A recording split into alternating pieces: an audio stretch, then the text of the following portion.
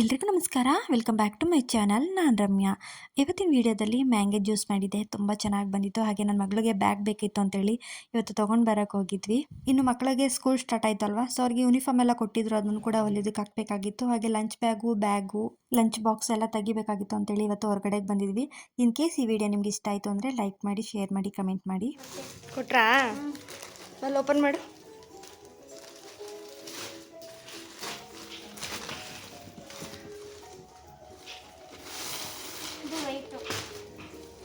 White colour.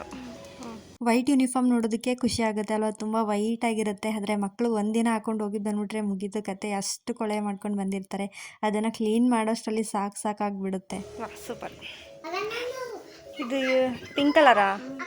Pink ಮತ್ತು grey ಅಲ್ವಾ? ಚೆನ್ನಾಗೈತೆ. ಇದು ಶರ್ಟು, ಇದು ಸ್ಕರ್ಟು. ಹಾಂ, ಇದು ವೈಟ್. ಇದರಲ್ಲಿ ಇದು ಶರ್ಟು, ಇದು ಸ್ಕರ್ಟು. ಅಂದರೆ ಅಳತೆ ಮಾಡಿ ಕೊಟ್ಟಿದ್ದಾ? ಅಳತೆ ಮಾಡಿ ಬಟ್ಟೆ ಕಟ್ ಮಾಡಿ ಕೊಟ್ಟಿದ್ದ ಅವರು? ಫಸ್ಟು ಅಲ್ಲೇ ಅಳತೆ ಕೊಡಲ್ಲ, APS ಅಂಗಡಿಗೆ ಯಾವ್ದಾದ್ರು ಟೈಲರ್ ಅಂಗಡಿಗೆ ಹೋಗಿ ಇದು ಅಳತೆ ಹಿಡಿಸ್ಕೊಂಡು ಬರಬೇಕು. ಅದನ್ನ ಅವ್ರಿಗೆ ಕೊಟ್ಟರೆ ಒಂದು ಶೀಟ್ ಕೊಡ್ತಾರೆ, ಅದನ್ನ ಎತ್ಕೊಂಡೋಗಿ ಅಲ್ಲಿ ಸರ್ ಹತ್ರ ಕೊಟ್ಟರೆ ಅವ್ರು ಬಟ್ಟೆ ಕೊಡ್ತಾರೆ. ಯೂನಿಫಾರ್ಮ್ ಕಲರ್ ನನಗೆ ತುಂಬ ಇಷ್ಟ ಆಯಿತು. ಹಾಗೆ ನನ್ನ ಮಗಳದ್ದು ಸ್ಕೂಲ್ ಚೇಂಜ್ ಆಗಿದೆ, ಹಾಗಾಗಿ ಯೂನಿಫಾರ್ಮ್ ಕೂಡ ಚೇಂಜು. ಇನ್ನು ಸ್ಕೂಲ್ ಸ್ಟಾರ್ಟ್ ಆಗೋಷ್ಟರಲ್ಲಿ ಸ್ಟಿಚಿಂಗು ಕೊಟ್ಬಿಡೋಣ ಅಂತೇಳಿ ಇವಾಗ ಕರ್ಕೊಂಡು ಹೋಗ್ತಾ ಇದ್ದಾರೆ ಮಗಳನ್ನ. ಫಸ್ಟೇ ಅವರು ಅಳತೆ ಮಾಡಿ ಕಟ್ ಮಾಡಿ ಕೊಟ್ಟಿರ್ತಾರೆ ಬಟ್ಟೆನ, ಮತ್ತೆ ಅವಳು ಸ್ವಲ್ಪ ಅಳತೆ ಕೊಡಬೇಕಲ್ವ, ಸೊ ಹಾಗಾಗಿ ಅವಳನ್ನು ಕೂಡ ಕರ್ಕೊಂಡು ಹೋಗ್ತಾ ಇದ್ದಾರೆ. ಇನ್ನು ಎದುರುಗಡೆ ಮನೇಲಿ ಒಂದು ಮದುವೆ ಇತ್ತು, ಅವರು ಕೂಡ ಇನ್ವೈಟ್ ಮಾಡಿದ್ರು. ಇಲ್ಲಿ ಲೈಟಿಂಗ್ಸ್ ಎಲ್ಲ ಹಾಕಿದ್ದಾರೆ, ನೋಡ್ತಾ ಇರ್ಬೋದು. ಸೊ ಅದಾದಮೇಲೆ ನೆಕ್ಸ್ಟ್ ಇದು ಮಾರನೇ ದಿನ, ಅಂದರೆ ಮಾರ್ನಿಂಗ್ ತಂದಿದ್ರು. ತುಂಬ ಸ್ವೀಟ್ ಆಗಿತ್ತು, ತುಂಬ ಚೆನ್ನಾಗಿತ್ತು, ತುಂಬ ಸ್ವೀಟ್ ಆಗಿತ್ತು. ನಾವು ನಿಜವಾಗ್ಲೂ ಈ ವರ್ಷದಲ್ಲಿ ಇದೇ ಫಸ್ಟು ಈ ಥರ ಸ್ವೀಟ್ ಆಗಿರೋ ಹಣ್ಣು ತಿಂತಾ ಇರೋದು. ಒಂದು ಕ್ರೇಟ್ಗೆ 600. ನಾವು ನಮ್ಮ ಅಕ್ಕ ಇಬ್ಬರು ಅರ್ಧ ಮಾಡ್ಕೊಂಡ್ವಿ. ತುಂಬ ಅಂದರೆ ತುಂಬ ಚೆನ್ನಾಗಿತ್ತು. ಇಲ್ಲಿ ಕಟ್ ಮಾಡ್ತಾ ಇದ್ದಾರೆ, ನೋಡ್ತಾ ಇರ್ಬೋದು. ಎಷ್ಟು ಚೆನ್ನಾಗಿತ್ತು ಗೊತ್ತಾ, ಅದು ನಾರು ಥರ ಬಂದಿತ್ತು. ಆ ಥರ ಮಾವಿನ ಹಣ್ಣು ತುಂಬ ರುಚಿಯಾಗಿರುತ್ತೆ, ಅಂದರೆ ತುಂಬ ಸ್ವೀಟಾಗಿರುತ್ತೆ. ನಿಜ ಈ ವರ್ಷದಲ್ಲಿ ಇದೇ ಫಸ್ಟ್ ಟೈಮ್ ಇಷ್ಟು ಸ್ವೀಟ್ ಆಗಿರೋ ಹಣ್ಣನ್ನ ತಿಂತಾ ಇರೋದು. ಮೊದಲು 1-2 ಸಲ ತಂದಿದ್ರು ಮಾವಿನ ಹಣ್ಣು, ಆದರೆ ಅದೇನು ಅಷ್ಟೊಂದು ಸ್ವೀಟ್ ಆಗಿರಲಿಲ್ಲ. ತುಂಬ ಒಂಥರ ಸಪ್ಪೆ ಥರ ಇರ್ತಿತ್ತು, ಅಥವಾ ಹುಳಿ ಥರ ಇರ್ತಾಯಿತ್ತು. ಬಟ್ ಇದು ಹುಳಿನೂ ಅಲ್ಲ, ಸಪ್ಪೆನೂ ಅಲ್ಲ, ಸ್ವೀಟ್ ಸಕ್ಕರೆ ಥರ ಇತ್ತು. ಅಷ್ಟು ಚೆನ್ನಾಗಿತ್ತು ಹಣ್ಣು. ನಮ್ಮ ಮನೆಯವ್ರು ನೋಡಿ ಯಾವ ಡಿಸೈನಲ್ಲಿ ಕಟ್ ಮಾಡಿದ್ರು ಅಂತ ಮಾವಿನ ಹಣ್ಣು, ತುಂಬ ಚೆನ್ನಾಗಿತ್ತು. ಹಾಗೆ ಇದರಿಂದ ಏನಾದರೂ ಜ್ಯೂಸ್ ಮಾಡೋಣ ಅಂತೇಳಿ ಇವಾಗ ಸಬ್ಜಾ ಸೀಡ್ಸ್ ಇದೆ ನೋಡಿ, ಇದಂತೂ ಸಿಕ್ಕಾಬಟ್ಟೆ ಕೋಲ್ಡು. ಸಬ್ಜಾ ಸೀಡ್ಸ್ ಬಗ್ಗೆ ಆಲ್ಮೋಸ್ಟ್ ಎಲ್ರಿಗೂ ಗೊತ್ತಿರುತ್ತೆ ಅನ್ಕೋತೀನಿ. ಅಂದರೆ ಇದು ಕಾಮಕಸ್ತೂರಿ ಬೀಜ, ಇದರಿಂದ ತುಂಬ ಅಂದರೆ ತುಂಬ ಬೆನಿಫಿಟ್ಸ್ ಇದೆ. ನೀವು ಒಂದ್ಸಲ ಗೂಗಲಲ್ಲಿ ಸರ್ಚ್ ಮಾಡಿ, ಅವಾಗ ಗೊತ್ತಾಗುತ್ತೆ. ಹಾಗೆ ಇದು ಬಾದಾಮ್ ಗೋಂದು ಅಂತ, ಇದು ಅಷ್ಟೇ ದೇಹಕ್ಕೆ ತುಂಬ ತಂಪು. ಹೆಣ್ಮಕ್ಳಿಗೆ ಏನಾದರೂ ತುಂಬ ಹೀಟ್ ಆಗಿದ್ರೆ ಇದನ್ನ ಸ್ವಲ್ಪ ನೆನೆಸಿ ನಾವು ತಿನ್ನೋದ್ರಿಂದ ಹೀಟ್ ಎಲ್ಲ ಕಮ್ಮಿ ಆಗುತ್ತೆ. ತುಂಬ ಅಂದರೆ ತುಂಬ ಬೆನಿಫಿಟ್ಸ್ ಇದಾವೆ. ಹಾಗೆ ಇದು ಏನೇನು ಉಪಯೋಗ ಅಂತ ಹೇಳಿದ್ರೆ ಮಲಬದ್ಧತೆ ಸಮಸ್ಯೆ ನಿವಾರಣೆ ಆಗುತ್ತೆ. ಹಾಗೆ ಸಕ್ಕರೆ ಕಾಯಿಲೆ ಯಾರಿಗಿರುತ್ತೆ ಅಂತ ಸಕ್ಕರೆ ಕಾಯಿಲೆಯನ್ನ ನಿಯಂತ್ರಣಕ್ಕೆ ಮಾಡ್ಕೊಳ್ಳೋದಕ್ಕೆ ಉಪಯೋಗ ಅಂತಾನು ಹೇಳ್ತಾರೆ. ಮತ್ತೆ ತೂಕ ಕಡಿಮೆ ಮಾಡ್ಕೊಳ್ಳೋದಕ್ಕೂ ಅಷ್ಟೇ ತುಂಬ ಸಹಕಾರಿಯಾಗಿರುತ್ತೆ. ಇದನ್ನ ಅಂದರೆ ಸಬ್ಜಾ ಸೀಡ್ಸ್ ಅದನ್ನು ನೀರಲ್ಲಿ ನೆನೆಸಿ ನಾವು ಮಾರನೇ ದಿನ ಸ್ವಲ್ಪ ನಿಂಬೆಹಣ್ಣು ಹಾಕಿ ಕುಡಿಯೋದ್ರಿಂದ ಸ್ವಲ್ಪ ತೂಕ ಕಡಿಮೆ ಕೂಡ ಆಗುತ್ತೆ ಅಂತ ಹೇಳ್ತಾರೆ. ದೇಹಕ್ಕೆ ಬೇಕಾಗಿರುವಂಥ ಪೋಷಕಾಂಶಗಳು ಸಿಗುತ್ತೆ ಇದರಲ್ಲಿ. BP-ನ ನಿಯಂತ್ರಣಕ್ಕೆ ತರುತ್ತೆ. ಹಾಗೆ ರಕ್ತದಲ್ಲಿ ಇರುವಂತಹ ಕೆಟ್ಟ ಕೊಲೆಸ್ಟ್ರಾಲ್ಗಳನ್ನು ಕೂಡ ಕಡಿಮೆ ಮಾಡೋದಕ್ಕೆ ಸಹಾಯ ಮಾಡುತ್ತೆ. ನಿಜವಾಗ್ಲೂ ತುಂಬಾ ಬೆನಿಫಿಟ್ಸ್ ಇದೆ ಈ ಕಾಮಕಸ್ತೂರಿ ಬೀಜದಲ್ಲಿ. ಹಾಗೆ ನಾನು ಇಷ್ಟೊತ್ತು ಹೇಳಿದ್ದು ಕಾಮಕಸ್ತೂರಿ ಬೀಜದ ಬಗ್ಗೆ. ಸೊ ನಿಜವಾಗ್ಲೂ ತುಂಬ ಅಂದರೆ ತುಂಬ ಹೆಲ್ಪ್ಫುಲ್ಲು. ಅಂದರೆ ಎಷ್ಟು ಸೇವಿಸ್ಬೇಕು ಅಷ್ಟು ಸೇವಿಸ್ಬೇಕು, ಅತಿ ಆದರೆ ಅಮೃತನ ವಿಷ ಅಂತ ಹೇಳ್ತಾರೆ ನೋಡಿ. ಸೊ ಹಾಗಾಗಿ ಒಂದಿನ ಬಿಟ್ಟು ಒಂದಿನ ಸೇವಿಸ್ಬೋದು. ಹಾಗೆ ಇದನ್ನು ಯಾರು ಸೇವಿಸ್ಬೇಕು ಯಾರು ಸೇವಿಸಬಾರ್ದು ಅಂತ ಹೇಳಿದ್ರೆ ಗರ್ಭಿಣಿಯರು ಹಾಗೆ ಬಾಣಂತಿಯರು, ಇವರು ಸೇವಿಸಬಾರ್ದು ಅಂತ ಹೇಳ್ತಾರೆ. ಸೊ ಡಾಕ್ಟ್ರ್ ಹೇಳಿರೋದನ್ನೇ ನಾನು ನಿಮ್ಗೆ ಹೇಳ್ತಾ ಇರೋದು. ಸೊ ಆದಷ್ಟು ನೀವು ಫಸ್ಟ್ ತಿಳ್ಕೊಂಡು ಏನೇ ಒಂದು ಪದಾರ್ಥ ತಿನ್ಬೇಕಾದ್ರೂ ತಿಳ್ಕೊಂಡು ಸೇವಿಸೋದು ಒಳ್ಳೆಯದು. ಗರ್ಭಿಣಿಯರಂತೂ ಸ್ವಲ್ಪ ಕೇರ್ಫುಲ್ ಆಗಿ ಇರಬೇಕಾಗುತ್ತೆ. ಇನ್ನು ಈ ಬಾದಾಮ್ ಗೋಂದು ನೋಡ್ತಾ ಇರ್ಬೋದು, ಇದನ್ನ ಹಾಕಿ ನಾವು ಒಂದು ಅರ್ಧ ದಿನ ನೆನೆಸಿಟ್ರೆ ಅದೆಲ್ಲ ಒಂಥರ ಜೆಲ್ಲಿ ಟೈಪ್ ಬರುತ್ತೆ. ತುಂಬ ಅದನ್ನು ನೋಡೋದಕ್ಕೆ ಒಂಥರ ಚೆನ್ನಾಗಿರುತ್ತೆ. ಹಾಗೆ ಇಲ್ಲಿ ನೋಡ್ತಾ ಇರ್ಬೋದು ಸಬ್ಜಾ ಸೀಡ್ಸ್ನ ನಾನೀಗ 5 ನಿಮಿಷ ಆಯಿತು ನೆನೆಸಿ ಅಷ್ಟೇ. ಅಷ್ಟು ಬೇಗ ಎಷ್ಟು ದಪ್ಪ ಆಗಿದೆ ಅಂತ, ಬೇಗನೆ ನೆಂತೋಗುತ್ತೆ. ಹಾಗೆ ಇದನ್ನು ನಾವು ಜ್ಯೂಸ್ಗೆ ಹಾಕೊಂಡು ಕುಡಿಬೋದು, ಅಥವಾ ನೀರಿಗೆ ಹಾಕ್ಕೊಂಡು ಸ್ವಲ್ಪ ನಿಂಬೆಹಣ್ಣು ಹಾಕ್ಕೊಂಡು ಕೂಡ ಕುಡಿಬೋದು. ಅಂದರೆ ವೆಯ್ಟ್ ಲಾಸ್ ಮಾಡೋರಿಗೆ ಇದು ತುಂಬಾ ಯೂಸ್ಫುಲ್ ಅಂತಲೇ ಹೇಳ್ಬೋದು. ಹಾಗೆ ಇಲ್ಲಿ ನೋಡ್ತಾ ಇರ್ಬೋದು, ನಾನು 1-2 ಅವರ್ ಬಿಟ್ಟು ತೋರಿಸ್ತಾ ಇದ್ದೀನಿ ಎಷ್ಟು ಚೆನ್ನಾಗಿ ನಿಂತಿದೆ ಅಂತೇಳಿ. ತುಂಬ ದಪ್ಪ ಥರ ಆಗಿದೆ. ಹಾಗೆ ಬಾದಾಮ್ ಗೋಂದು ಅಷ್ಟೇ, ಇಲ್ಲಿ ನೋಡ್ತಾ ಇರ್ಬೋದು ಎಷ್ಟು ಚೆನ್ನಾಗಿ ಅರಳಿದೆ ನೋಡಿ. ನಾನು ಹಾಕಿದ್ದು ಪುಟ್ಟ ಆಗಿತ್ತು, ಒಂಥರ ಕಲ್ಲು ಥರ ಇತ್ತು. ಹಾಗೆ ಇಲ್ಲಿ ನೋಡ್ತಾ ಇರ್ಬೋದು, ಹಾಕಿದ ತಕ್ಷಣ ಈಗ ಯಾವ ಥರ ನಿಂತು ಈ ರೀತಿಯಾಗಿ ಒಂಥರ ಜೆಲ್ಲಿ ಟೈಪ್ ಇದೆ. ನಿಜವಾಗ್ಲೂ ನೋಡಲಿಕ್ಕೆ ಅದನ್ನು ಮುಟ್ಲಿಕ್ಕೆ ಖುಷಿ ಆಗ್ತಾಯಿತ್ತು, ಅಷ್ಟು ಚೆನ್ನಾಗಿದೆ. ಅಂದರೆ ಹಾಕಿದ ತಕ್ಷಣ ದಪ್ಪ ಆಗಲ್ಲ, ಒಂದು 1 ಅವರ್ 2 ಅವರ್ ಬಿಟ್ಟರೆ ಈ ರೀತಿಯಾಗಿ ಹರಳೋಗ್ಬಿಟ್ಟಿರುತ್ತೆ. ಅದಾದಮೇಲೆ ಇವಾಗ ಮಾವಿನ ಜ್ಯೂಸ್ ಮಾಡ್ಕೊಳ್ಳೋಣ ಅಂತೇಳಿ ಇವಾಗ ಮಾವಿನೆಲ್ಲ ವಾಶ್ ಮಾಡಿಕೊಂಡು ನೀಟಾಗಿ ಇದರದ್ದು ಪಲ್ಪ್ ಏನಿರುತ್ತೆ ಅದನ್ನೆಲ್ಲ ತೆಗೆದು ಮಿಕ್ಸಿ ಜಾರ್ಗೆ ಹಾಕ್ಕೊಂಡು ಗ್ರೈಂಡ್ ಮಾಡ್ಕೊಳ್ಳೋದಷ್ಟೇ. ತುಂಬ ಸಿಂಪಲ್ ಮಾಡ್ಕೊಳ್ಳೋದು. ಇನ್ನು ನಾವು ಹೊರಗಡೆ ಹೋಗಿ ಜ್ಯೂಸ್ ಕುಡಿಯೋದಕ್ಕಿಂತ ಮನೆಯಲ್ಲೇ ಹೆಲ್ತಿಯಾಗಿ ಈ ರೀತಿಯಾಗಿ ನಮ್ಮ ಕೈಯಾರನೇ ಜ್ಯೂಸ್ ಮಾಡ್ಕೊಂಡು ಕುಡಿದ್ರೆ ಈಗ ಎಷ್ಟು ಚೆನ್ನಾಗಿರುತ್ತೆ ಅಲ್ವಾ.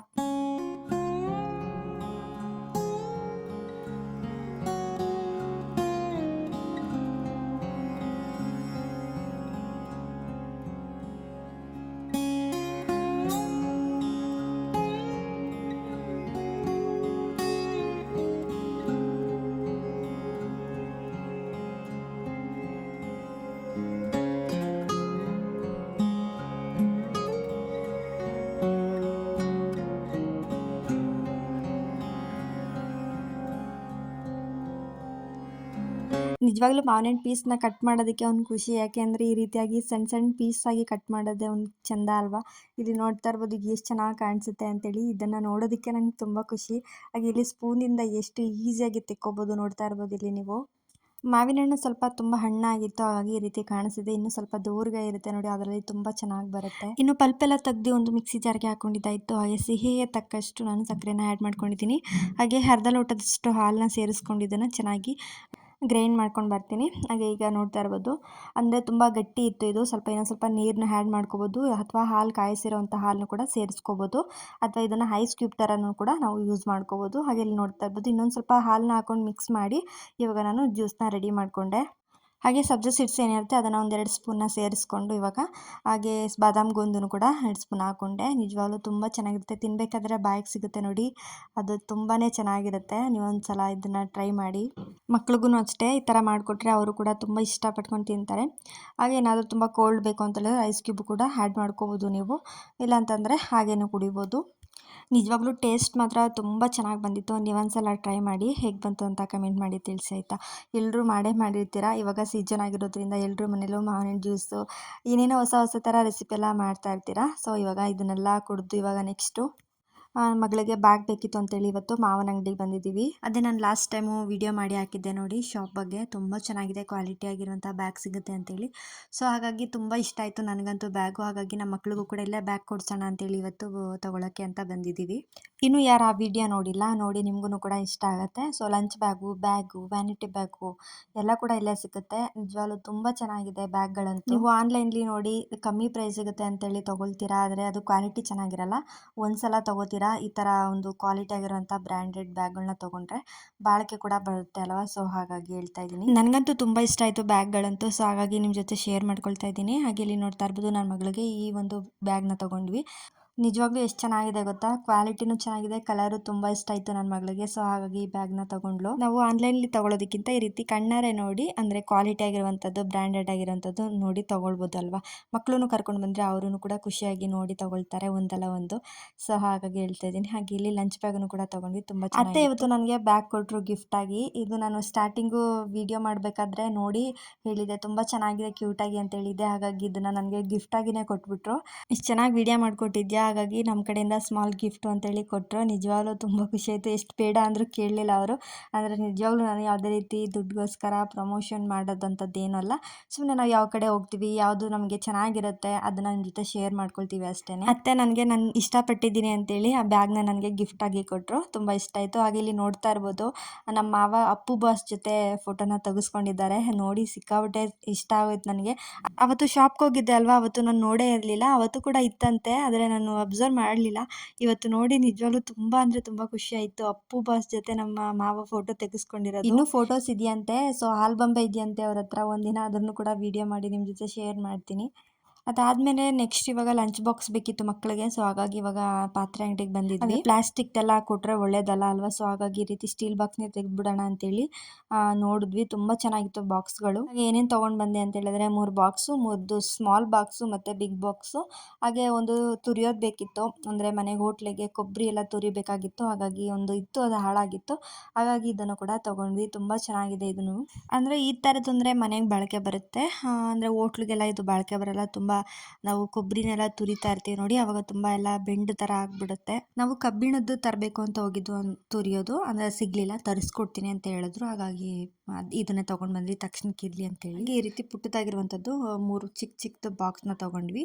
ಹಾಗೆ ಇದು ಟಿಫನ್ ಬಾಕ್ಸ್ಗೆ ಏನಾದರೂ ಹಾಕೋದಕ್ಕೆ, ಏನಾದರೂ ಚಪಾತಿ ಇಡ್ಲಿ ಈ ಥರ ಹಾಕಿದಾಗ ಚಟ್ನಿ ಪಲ್ಯ ಏನಾದರೂ ಹಾಕ್ಬೇಕಲ್ವ. ಸೊ ಹಾಗಾಗಿ ಚಿಕ್ಕದಾಗಿರುವಂಥದ್ದು ಬಾಕ್ಸ್ ಬೇಕು ಅಂತೇಳಿ ಅದನ್ನ ತೊಗೊಂಡ್ವಿ.